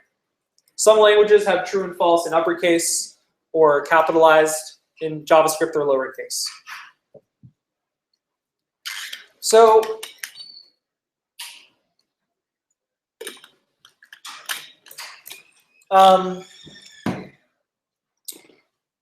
what's so good about these values? What's so good about having the value true or having the value false? Can we do true plus true? Whoa. Oh, gosh. Okay, caveat. Stop the class for a second. JavaScript is not the best language in the world. And this is one of those reasons why. Because you get really, really weird stuff happening like this. Here's my explanation for this. Remember earlier when we did hello plus 3 and it became hello 3? This number was coerced into a string. What just happened here is that these two values with this plus were coerced into numbers because it basically said, I'm going to try to find I'm going to try to turn true and true into number values and add them together. And it turns out that 1 is a number value, which is the equivalent to true, and I've lost you all. So don't look at this. Forget that. Forget that. Is it binary, like 0 is false and 1 is true? It is kind of like that. Yeah, it is kind of for that reason. So basically, if I did false plus false, I'd probably get 0. Yeah. So, or true plus false, will I get 1? Probably. Yeah, that's a really weird part of JavaScript. This is something that I didn't even know until right now. I understand why, but let's not worry about that. So if I understand correctly, it's constantly trying to figure stuff out, even if I don't assign value to it. Or... Figure stuff out even if you don't have a value. So like, I'm not assigning true or false to anything, but it's like, well, you created this string here, and there's these numbers here, so you must be talking about a number. Like it's trying to put it together itself, or I thought I got one. Well, coercion, the word coercion, which I was talking about, is basically trying to get these values to work with the operators that are next to them. You can't add the value of true to itself. Or like, you can't say double true. You can't say this is more true than us. We're not talking about truthiness here. We're not talking about PolitiFact. We're talking about the yes value and the no value. There's no such thing as yes, yes, or no, no, or true, true, or false, false. So in order to add these two together, JavaScript is trying its best to basically say, well, you tried to add, but you can't really add yes or no. So let's try to turn them into other values that you can add. So it turned them into numbers. Here's another weird thing. Comes Jeffrey true. In this case, because there's a string there, it coerced true into a string true. Well, that's kind of what I meant. I guess this is the word one. So why wouldn't that Jeffrey one? Because there's a string on the left, and so it values this over that. It knows how to use plus near here, and so but it doesn't know what to do with this, and so it said, "Oh, I'm going to treat it like a string because there's a string on the other side of it." So that's coercion. That's really weird stuff about JavaScript, and it's why a lot of other languages don't let you do this. There are a lot of languages where if you try to operate on two different kinds of data types, number plus string, string plus Boolean, whatever else, it's going to give you an error. It's going to say you can't do that. But JavaScript is a lot more lenient about that, and it leads to a lot of problems like this. At least you can continue on without your entire site crashing, because By the way, let's talk about things like crashing and bugs and stuff like that. This is where bugs happen. This is where you accidentally add two things you didn't mean to add, and then you have weird behavior that you didn't expect. That's because you, as the developer, wrote something that didn't result in what you expected to happen, and then you decided to ship it to everybody. That's a bug. Crashing is when the site has such a bad bug or works in such a way you didn't intend that it just stops working entirely. Whenever you have a syntax error in your code, that's essentially your site's JavaScript crashing because it can't run any of it. Any syntax error is like 1 plus random, doesn't matter. You're going to get a syntax error because it doesn't know what to do with this. There's this weird space here, and there you go. So that's essentially crashing. That's just saying, sorry, uncaught error. Something happened and I didn't know how to deal with it, and so I'm just going to log out a big red message saying something went wrong. That red message isn't going to show up on the web page anywhere, but it is going to show up in the console at least. So there's that. Okay, so back on topic, we talked about true and false, and the fact that confirm returns true or false. So let's talk about returning. You might have noticed that when I ran alert, and I pressed OK, I got undefined in response. My input was running this alert function, and I got undefined. So this function, when run, doesn't give me anything in return. But this function, when run, gives me true or false. So the input is me running this function, and the output is the result from that function. So you can think of a function. This is the same way you should think about it if you remember algebra. Even, whatever. You can think of a function as a machine. A machine has an input and it has an output. And you run data through that machine, and you get something in return. Confirm doesn't have an output. It doesn't have a little output. It does something. Confirm blows up and does cool stuff. I'm sorry, alert. Sorry, you're right. Alert does something, but it doesn't have any output. Whereas confirm, take something in, cool stuff happens like this, like this dialog box popping up, and then it outputs a value. So it's kind of a three-step process. Input, cool stuff, output. A pure function doesn't do any cool stuff. A pure function is this idea where you provide input, does whatever sort of stuff it needs to do in the background, doesn't cause any dialog boxes to update, doesn't cause anything else to change, just provides output. So in and out, just a straight path through.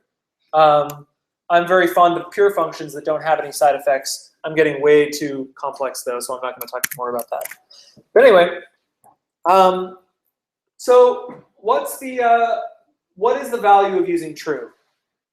Well, that is to say, why would I use true in the first place? Well, for one thing, I can store it. So let's say, for example, var wanted to quit equals confirm, are you sure you want to quit? Now, look at this line. This line is very important to understand if you're going to understand how functions work in programming languages. Am I saying that wanted to quit is this function? Am I saying that I'm creating a new variable called wanted to quit, right? That makes sense, right? And I'm assigning it something. That should all be familiar at this point. Var wanted to quit equals. But then what's happening over here? I'm sorry? You're getting input from the person. I'm getting input from the person, and then am I getting output? No. So wanted to quit equals confirm, are you sure you want to quit? Let's try it out. Let's see what happens. Are you sure you want to quit? I'm going to say, okay. I get undefined in response. So earlier I got true. Earlier I got false. This time I got undefined. Why did I get undefined? Does anyone know at this point? Because I was not because I'm assigning a variable, because I'm declaring a variable. Close enough. Because I'm declaring a variable on this line. Now, what do you think wanted to quit is? If I say wanted to quit here, do you think it'll pop up that dialog box again? It's true because I pressed OK. So let's look at this line a little bit more. Remember when I said that anything on this line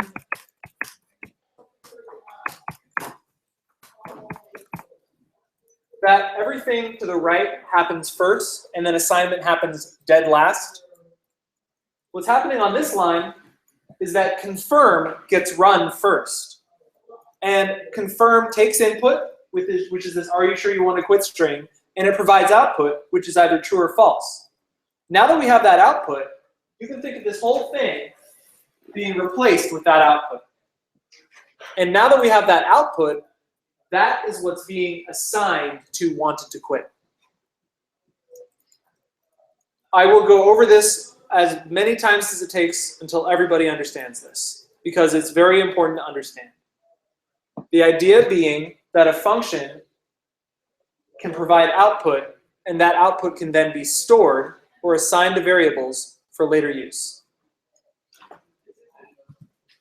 So, who needs it explained again? I want to have that identified. Actually, the location is attribute. Is there an attribute in there? I don't know what you're pointing at. What is confirmed to var? What is confirmed to var? So, confirm is a function. We are calling the confirm function by putting parentheses after it. We are providing input into this function that we're calling via this string in between the parentheses.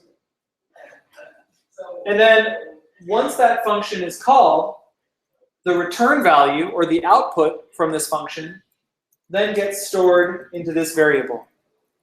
So this line is complicated because we're doing at least three things. We're calling this function, we're declaring this variable, and we're assigning the output of this function into that variable. So it's three things. It's declaration, it's a function call, and its assignment of the results of that function call into the variable.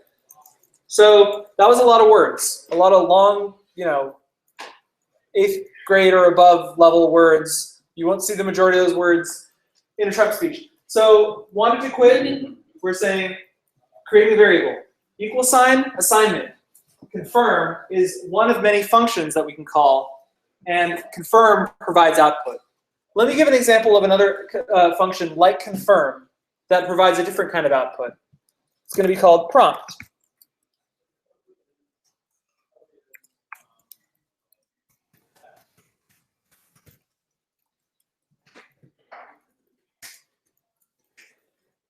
Check out this box. See what's different about it?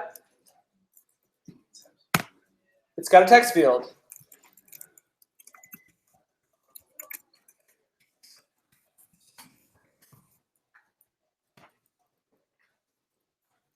Where'd that come from?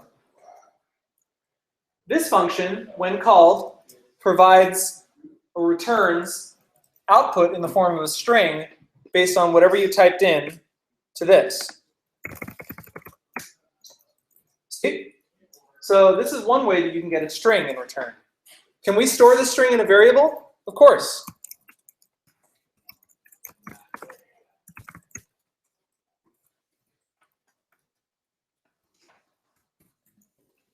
Oh, that wasn't saved. Let's try that again.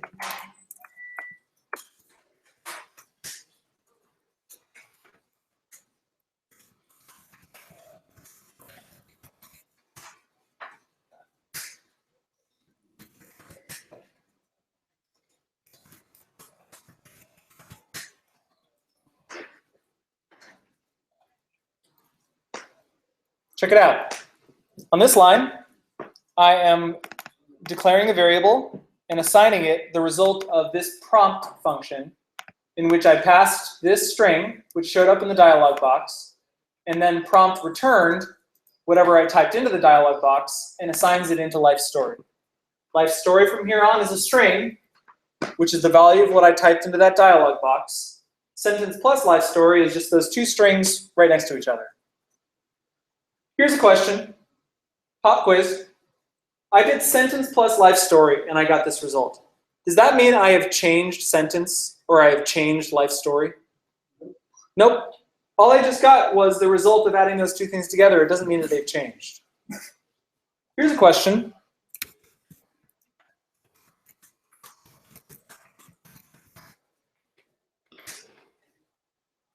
Has sentence changed?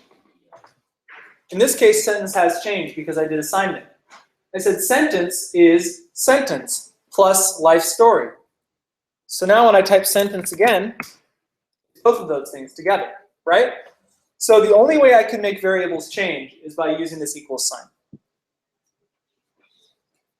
That's it. No other way that I can make them change. I love this as the assignment sign. That's the assignment sign. Yes, correct. The equal sign is the assignment sign. To me, I got equal signs, two equal signs together. Two equal sign or more is equality, correct. So let's talk about equality. We've already talked about Booleans, true or false. 1 is equal to 1. True. This is a new operator. 1 is equal to the string 1. Is this correct? Yeah. It is. This is a number. This is a string. Why are these two things equal? There are two different types of data, so why is this the case? Well, it turns out that Brendan Eich, the slightly homophobic former CEO of Mozilla, created JavaScript, and he decided that the double equals sign would is an operator that was result in a Boolean that would try to coerce the two values if possible, and try to see if one's a string, one's a number, and the other is a Boolean or something, tries to see if they're the same. Check this out. True is double equal to 1. True. 0 is double equal to false. True. Weird stuff, right? I would recommend that you never, ever, ever, ever, ever, ever use a double equal sign in JavaScript. There is no good reason for it at all. 100% of the time, you should never use a double equal sign, except right now to teach why you shouldn't do it. Because the triple equal sign is a lot more strict and a lot better. Is 0 triple equal to false? No, it's not. Is hello triple equal to world? No, it's not. Is 1 triple equal to string 1? No, it's not. This is what I like. This is what I like to see. It is a strict type comparison of two things on either side of that equal sign, the triple equal sign, sorry. And it's an operator that takes these two values and turns them into true or false. Remember, I talked about operators like the plus sign, which does addition and concatenation, the minus sign, the subtraction sign, the multiplication sign, the assignment sign, so that's not a sign, the assignment operator, which takes one thing and assigns it into a variable. This operator, this triple equals operator, takes two values and turns them into a Boolean. You can think of it that way. Will this work?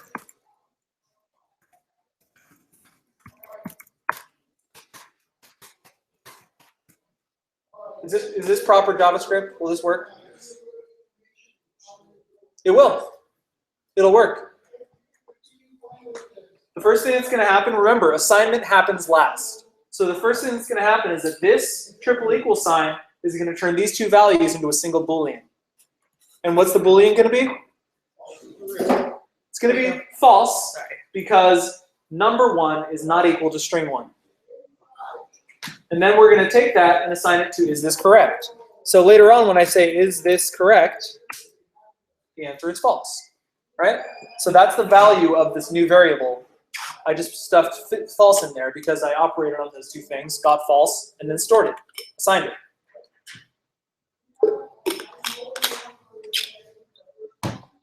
Cool. So looks strange, a lot of equal signs, one after another, but it's the number of them that matters. This thing is entirely different than that. These three equal signs mean strict type equality. This equal sign means assignment. Double equal sign, forget you ever learned about it. It doesn't exist. Cool? All right. What else do we want to talk about? So we've talked about this third data type, Booleans. And it's cool that we can store them. It's cool that we can find out true or false. But so far, they haven't necessarily been very helpful. I mean, we can show something to the user. We can say, like, you know, alert hi plus true or something. We can say hi true. You can just say alert false and get false. That's cool. That coerced this value into a string so it could show it into a dialog box. That's neat. But still, we haven't really gotten much use out of these true and false values. Why do they exist in the first place? They exist so we can use conditional statements. Let's talk about a conditional statement. If so-and-so do this, else do something else. I'm sure you've heard of if and else. Even if you're not a programmer, you've probably heard technical jargon, if, then, else, that sort of stuff, right? We're going to talk about that right now. It exists in JavaScript. It exists in most languages. So let's see what it looks like in JavaScript. If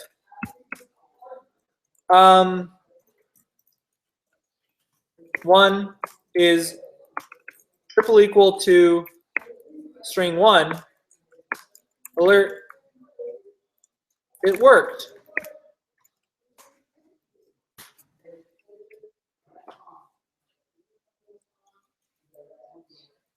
I expect you all to be very confused at this point. There's a lot of weird stuff happening on this line. Yeah, a lot of strange stuff going on that you haven't seen so far. First of all, this is the word if. Is if a variable? Nope. Is if a function? Nope, it's not. You'll notice that I refer to functions usually by putting parentheses after them. There is a parenthesis after this one. There's a little bit of space there. And then there's also this weird curly bracket and another curly bracket at the end. If is not a function. It's essentially a keyword in JavaScript that's kind of a command in a way. And this if keyword has parentheses and then curly brackets always following it. So whenever you see an you should always expect to see parentheses, one set of parentheses, and then one set of curly braces following it. So what's happening inside these parentheses and what's happening inside these curly braces? Let's start with the parentheses. What does this evaluate into? True, correct. This operator, triple equals, takes these two values and turns them into a Boolean. Since they're the same value, it becomes true. So the way that if works is that it expects you to pass a Boolean into this set of parentheses. Depending on whether that Boolean is true or not, it will run this code. So if you've passed true into this if statement, remember, stuff happens inside parentheses first. So first it's going to run this logic. Then it's going to go ahead and run anything inside these curly brackets. So the function alert will run with the string it worked being passed into alert. This little semicolon means that's the end. Semicolon is kind of like punctuation in JavaScript. In a lot of cases, semicolons aren't necessary. As you can see, it's the first time I've used a semicolon throughout this entire thing here. Semicolons are not necessary in JavaScript, but they're appreciated. It's good style to use semicolons at the end of statements. But again, it's not necessary. But this isn't really the end of the statement, is it? This is the end of the statement right here, right? Well, it's also good style to not put a semicolon at the end of an if statement. So there you go. But the cool thing about this set of curly brackets, which we haven't seen so far, is that that's what's considered a code block in JavaScript. This code block will only run if this is true. And the cool thing about this code block is it can contain multiple lines of code. First of all, let's just see what happens when we run it. It worked, right? It went ahead and ran this code because 1 is equal to 1. If 1 is equal to 0, alert, it worked. Nothing, right?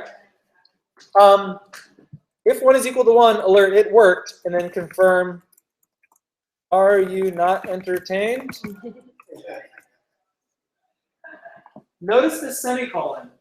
This semicolon, again, is punctuation that separates this statement from that statement. If I don't have a semicolon here, I'll get a syntax error. Because I'll have one function being called right after another, and it goes, I don't know what you're trying to do here. There's no operator between these two things. I'm not sure what you're doing. But this semicolon essentially says, it worked, period, or semicolon. Confirm so-and-so. So let's try it out. It worked. Are you not entertained? Cancel. Oh, and then false, right? So there you go. We have reached the point, we're an hour in, we've reached the point where we've kind of outgrown this console. The next thing that I want to do is start writing some code that we don't have to keep going up and writing over and over again in order to work with. So how do we store our code? Well, we save in the file, of course. Let's open up a text editor. Open up your text editor of choice. For me, it's Sublime Text. For you, it could be something else. So if you're new to this class, I'd like you to create a new folder somewhere. Create it wherever you want. Create it in your documents folder, create it in your home folder, create it on your desktop. I recommend your documents folder, but whatever. Create a folder for my class called Front-End Web Development, or whatever you want to call it. I really don't care. And then inside that folder, create another one for today's class. Call it JavaScript, or call it Class 4. I'm gonna create one called class 4. So here I am. I'm gonna go ahead and say FWD stands for front-end web development, series 10. Right here, I'm gonna create a new folder called class 4. I want you to go ahead and save a new file into this folder. How do you do that? From your text editor, save, Command S, Control S, whatever else. Find the folder you just created.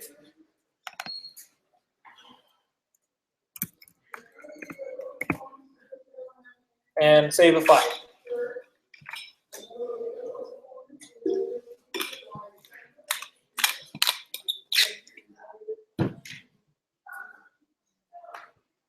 So when you save your file, make sure you know where you saved it. Very, very important because you need to be able to find it. Okay? So I'm saving mine inside class 4 as app.js. Great. So let's go ahead and run something. If 1 is equal to 1, alert, yay, my script ran. In fact, everything doesn't have to be on one line anymore. Now this can be multiple lines of JavaScript. So I'm going to space this out a little bit. It's going to look like this.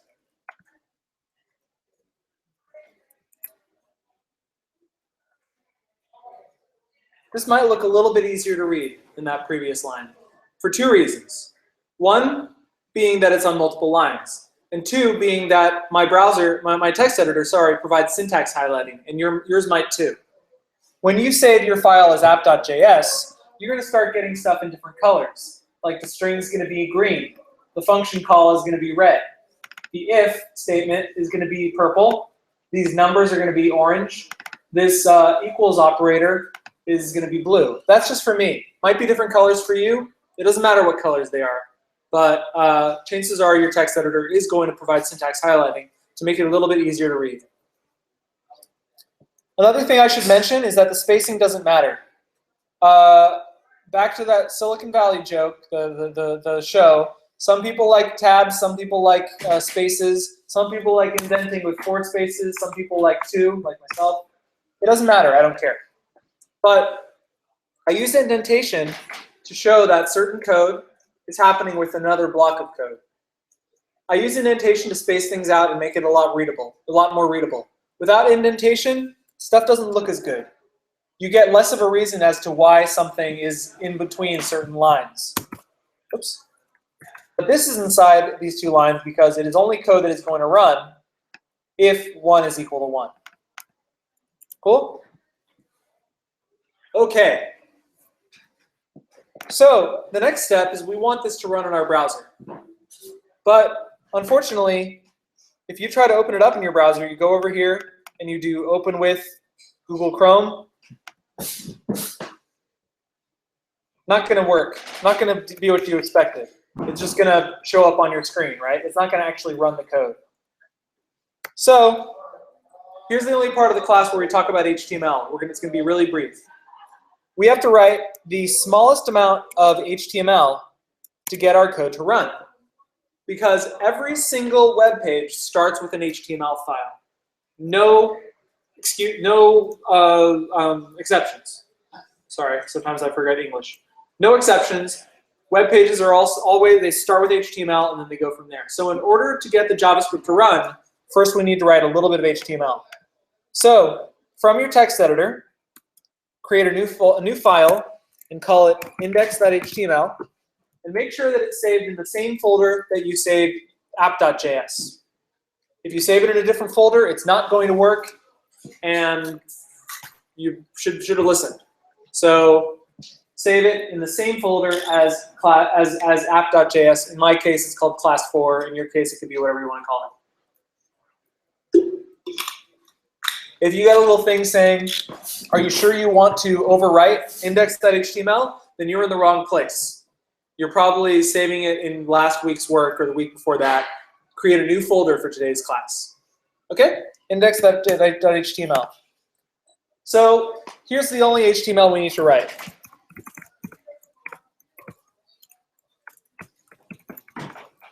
That's it.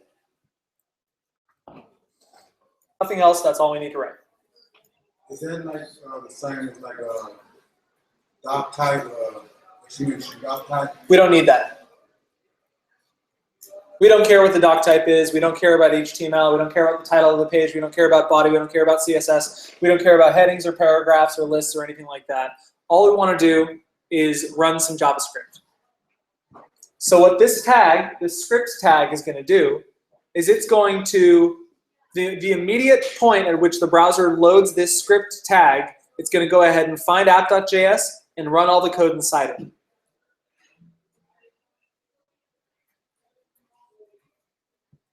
that's all the HTML we need.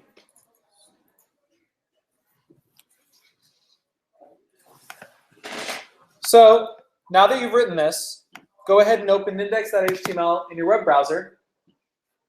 And if everything goes according to plan, you should see, yay, my script ran, or whatever you put inside your alert dialog box.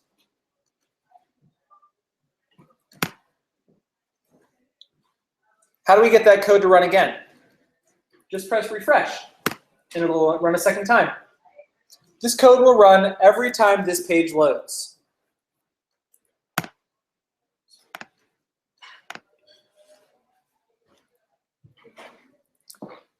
Okay, so what if your code doesn't run? Here's the first thing you do. You want to open up your developer tools and go to your console. In your console, you might see a few errors. You might see a syntax error. You might see a type error. You might see a reference error. If you see one of those things, that means that you wrote something wrong. If you wrote something wrong, take a very close look at app.js again and make sure that you didn't miss any parentheses, you didn't miss any curly brackets, you didn't miss any quotation marks. Everything else you could eventually miss. You don't need a semicolon, etc. Something you should know, if you tried putting single quotes inside this string here, that's not going to work. Look what happens. Whoa. I've all of a sudden got an error in my thing saying, like, something went wrong here. Why is that? Because I've got 3 single quotes. Single quote 1, single quote 2, single quote 3. They're mismatched. The end of my string is right here, and then this is just some stuff that doesn't make any sense. And then here's the start of my next string, but all of a sudden, nothing else happens. So I haven't terminated this string. So I don't want that to happen. If you want to use single quotes, but also put single quotes inside your string, looks like this.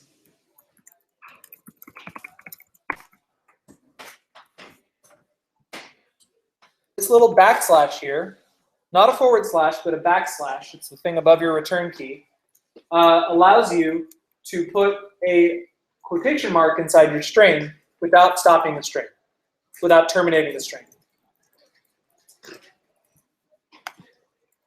Another thing you can do is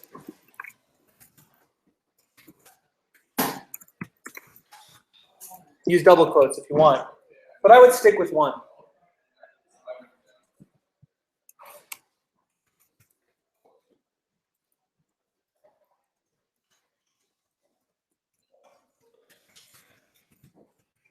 If you want to use double quotes inside a double quoted string, you have to escape both of them using a backslash.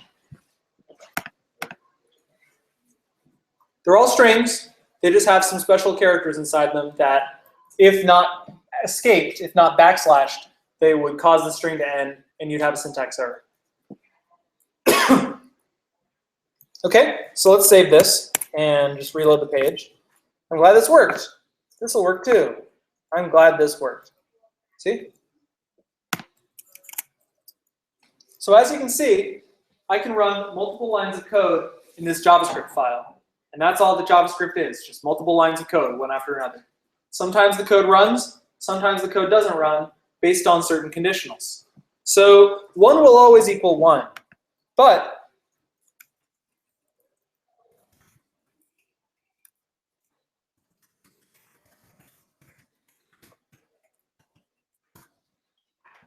let's look at line 1, really close.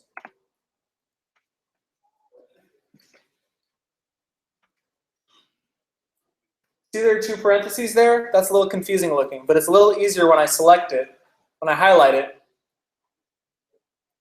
Remember what happens inside parentheses. Everything inside parentheses happens first, and then you get the value in response, right?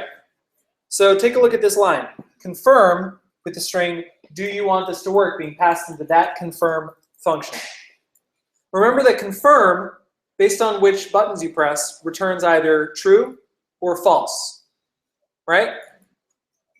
So this is our first conditional statement in which, based on what the user inputs, you will either get all these other alerts or nothing, right? Try it out. Do you want this to work? Cancel.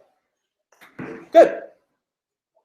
Try it again. Do you want this to work? Okay. I'm glad this worked. This will work too. I'm glad this worked. So if this looks hard to read, the fact that you've got two parentheses here, this parenthesis encompasses this entire thing. This set of parentheses is the function call for confirm. You can space it out. Never shy away from making your code easier to read, because it'll not only help you to understand it, it'll help everyone else to understand it once you commit it to Git and GitHub and have everyone else take a look at it, right? So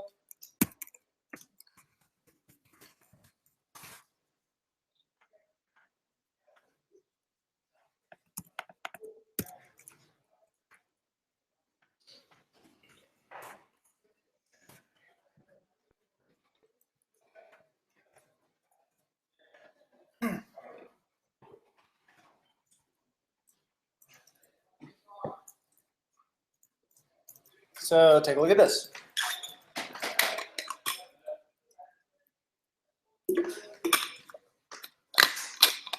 var should show alerts equals confirm, do you want this to work?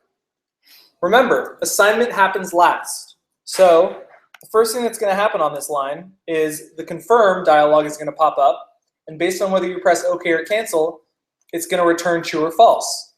And then that value will be assigned to should show alerts. Now inside this if statement, we've got should show alerts, which contains, remember it's a variable that contains a value of either true or false. So based on what that value contains, that's what gets passed into this if statement, and this code will either work or not work. Any questions? Anything that doesn't make sense about this code? You guys see how I'm declaring this variable, and then I'm using this variable again. That's what variables are good for. You can use them over and over and over and over and over. It'll never forget about them until you go to a different page or reload the page or whatever. Yes? You said you could rename it or you could use it. Is there any kind of specific procedure for reshifting or renaming? If you want to reassign, a variable,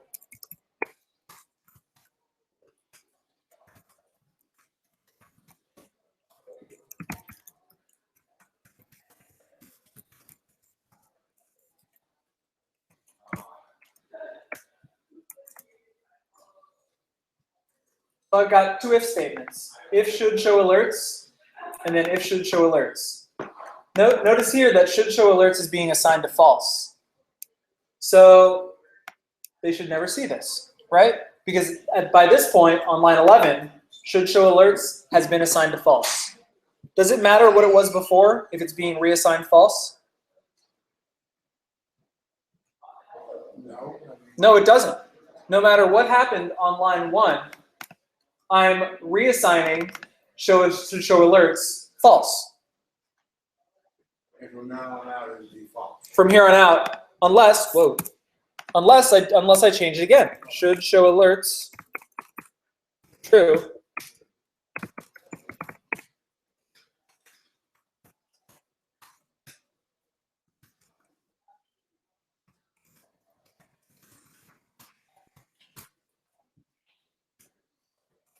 Cool.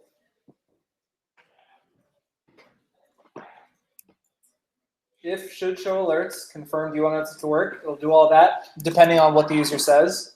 It won't do this, but it will do that. So it can keep reassigning new values to should show alerts.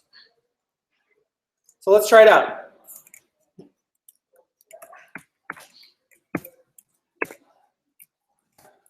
Do you want this to work?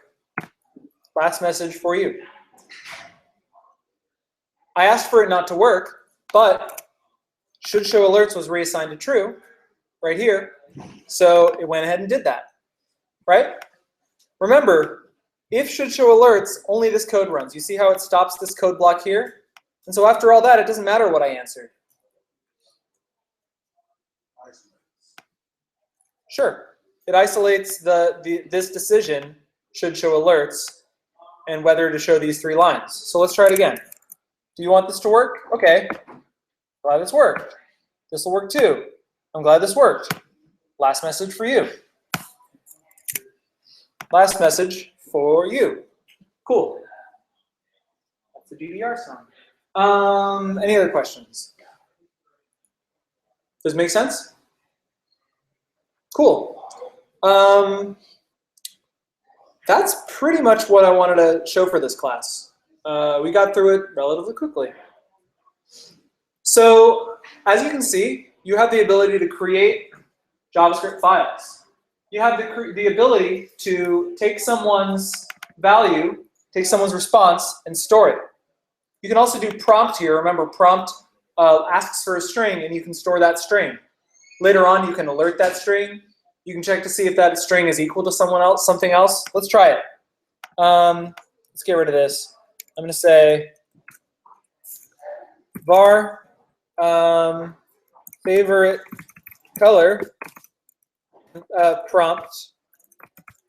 What's your fave color? Or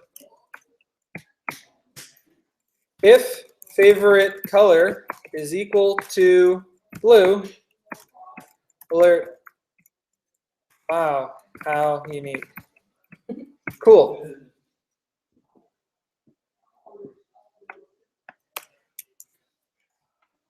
There's the trash. Cool. So yeah, what's your favorite color? If favorite color is equal to blue, alert how unique. All right, so let's try it out. Do you want this to work? Nah. What's your fave color? Blue. Okay. Wow, how unique. All right, let's try it again. Do you want this to work? Nah. What's your favorite color? Blue. Will this work? It is case sensitive. It will not work. Remember, JavaScript doesn't know what English is. JavaScript is a different language than English. If a string contains something that resembles English, it doesn't care. JavaScript does not know that B and uppercase B are somehow related. It doesn't know any of that. It just knows that they're 2 different characters. Yes? Will it work if it was double equal signs or triple? No. If it was double equal signs, it still wouldn't work because all that the double equal sign does is coercion into different kinds of data types. So it'll turn a string into a number. It'll turn a Boolean into a number. It will not turn an uppercase string into a lowercase string. There are some string functions that allow you to change the values to uppercase, to lowercase, whatever else. That's kind of outside of the realm of this class. We'll talk a little bit more about object or methods in the next class, but we're going to skip that for right now. But yeah, as you can see, you can prompt, you can store the value, you can check to see what the value is, and get a Boolean out of it, run code based on whether you want if or whatever else. One more thing that I want to do is show you an else statement. Else, alert.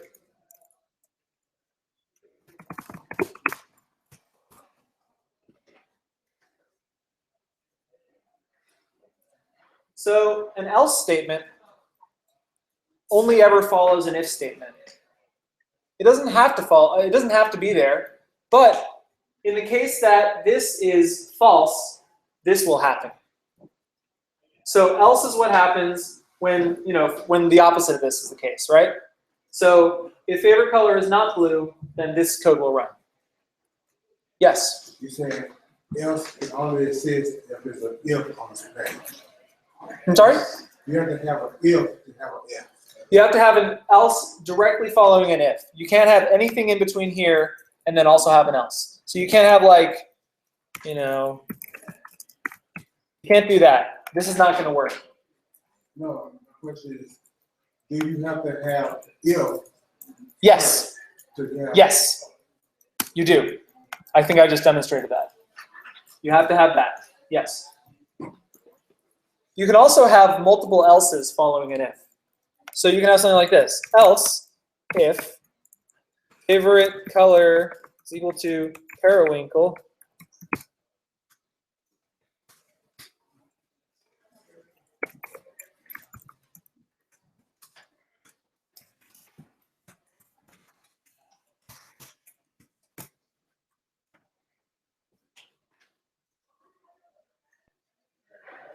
pretty much makes sense. So you can chain else statements. You can basically say that if this isn't the case, then check to see if this is the case. If that's not the case, then just do this. Makes sense, right? So else if and just else. You can never have two else's that are just else this, else that, right? You can't say, you can't do this. Because you can't have both of these not be the case. You might as well just combine them, right? If you want to have both of these lines run, just do that, right? So there's no need to ever have two regular else's, but you can have an else if. You can have if, else, right? So let's try a few things. Do you want this to work? No, thanks. What's your favorite color? Periwinkle. How exotic. Cancel. What's your favorite color? What happens if I just press OK? Mine's blue. Because the string that was returned was just nothing. Blank string. So there you go. Okay, final thing for today. We talked about the triple equals operator to say, like 1 is equal to 2, false, right?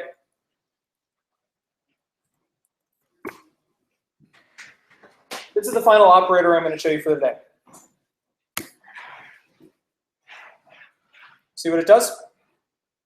That bang in this and many other programming languages means not. I call it a bang because that's just what people call it. It's also an exclamation point. But bang double equals means does not equal.